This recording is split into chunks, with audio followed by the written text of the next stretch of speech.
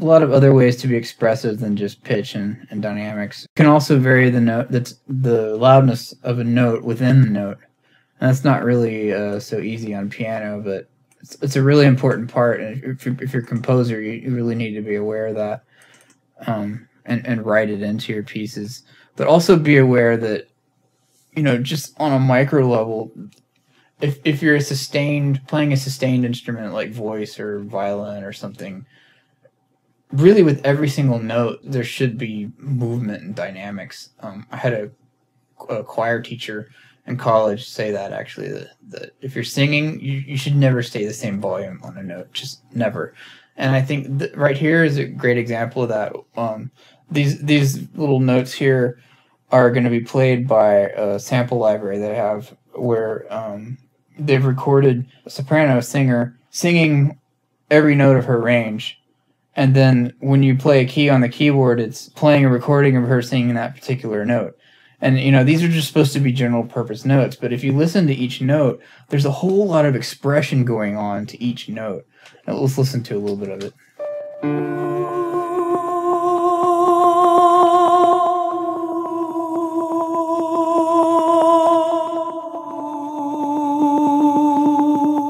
So the first thing that sticks out to me is that she's crescendoing every note. And a crescendo is when you go from soft to loud. Just for a general purpose note, she's crescendoing. That's just, and if you listen to choral music, that's generally what people do. You hear crescendos all over the place. And it sounds great. I love this swelling choir sound. Let's listen to it again. You hear how it's kind of shaking?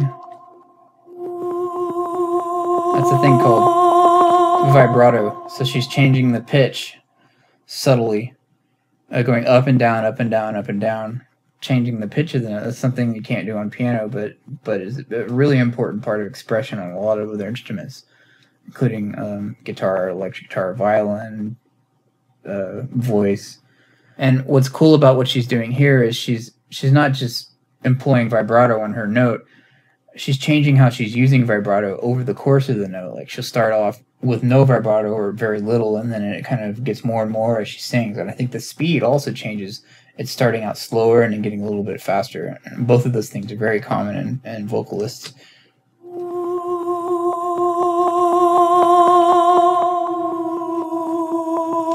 And another thing I think she's changing as she sings the note is the timbre of the note. She's changing the tone of it, how it actually sounds. So as an example, like, this is going to sound really goofy, but these two pitches are actually the same note. So one sounds higher than the other, right? But they're just, the tone is actually changed. The pitch is not. That's what makes different instruments sound different from each other. And it can be a very, very expressive thing if you know how to change the timbre of your instrument as you're playing it. So I think here she's kind of opening up and going to from sort of like an ooh sound to an ah sound. I think different vowels are kind of different timbres.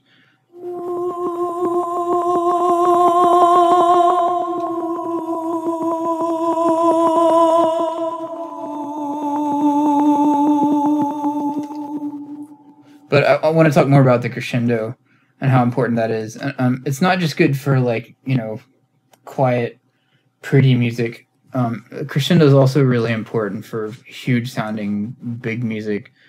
Dynamics are really important for that stuff. I really don't like music that just is all loud all the time. It's cool for a while, but eventually gets old and it loses its impact. If you really want something to sound loud, put something quiet right before it. Then it'll really have impact. You always need to have those breakdown sections, and it makes the quiet section sounds cooler too. If you break it down and you have something quiet, and then all of a sudden you go back up. There's an art to knowing when to switch from one thing to the other. So this is going to kind of allude to something I'm going to go over in a minute. But here's a timpani crescendo.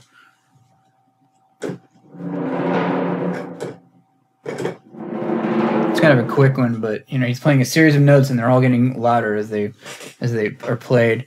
And if you get a whole orchestra doing that, it's just amazing sounding together. especially with the timpani behind it doing that.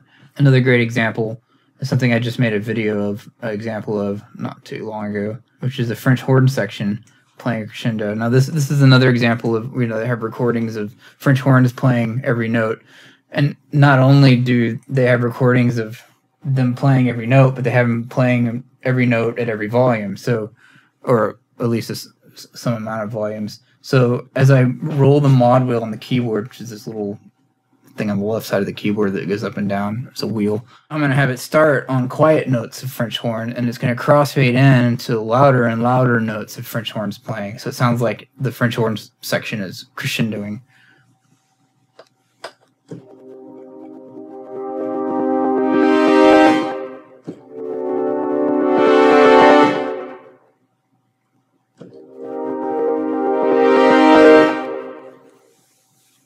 So and you can play the loud stuff, and it sounds really cool.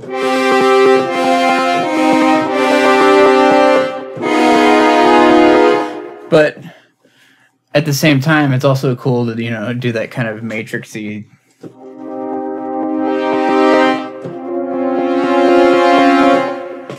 Especially if combined with like timpani or whatever. So for pianists, for those of you who've been watching this just for the sake of piano, it is possible to kind of do a crescendo on one note on piano. You just have to kind of think outside the box. And you actually hear people do this quite a bit. Not just on piano, but on other plucked instruments, like guitar or like maybe a dulcimer or something.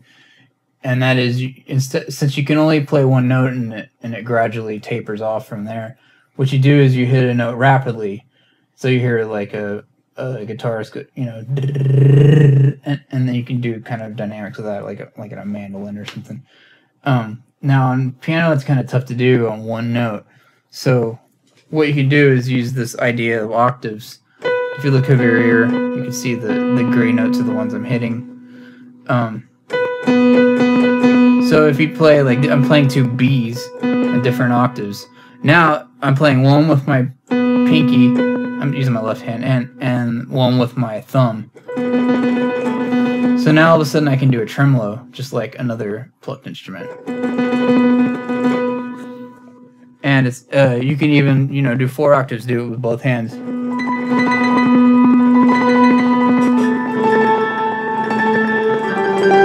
I'm holding that pedal down too.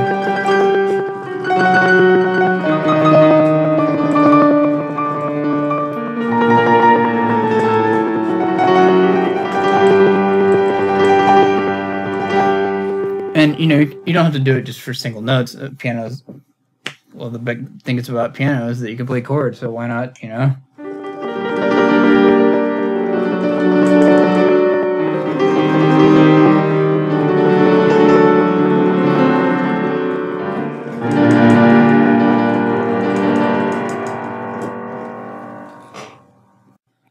See, one last thing on expression. I'm gonna go back to the idea of timbre. Is that, like, especially in blues music, your timbre is very important. You might get a kind of raspy sound to just be more expressive. On a lot of instruments, you do that kind of thing. For instance, on guitar, you might squeeze a note. In voice, you might kind of scream a little bit. Saxophone, you might squeal. Here's an example of some blues guitar playing where not only am I playing kind of the pinched, kind of growly kind of sound from a guitar, but also doing pitch bends where you're sliding the pitch around, which you can do on piano, by the way, if you kind of approximate it by playing 2 notes really quickly.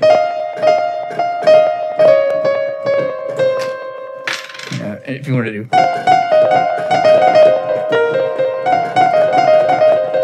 So I'm sliding my my ring finger from this black note down to the F.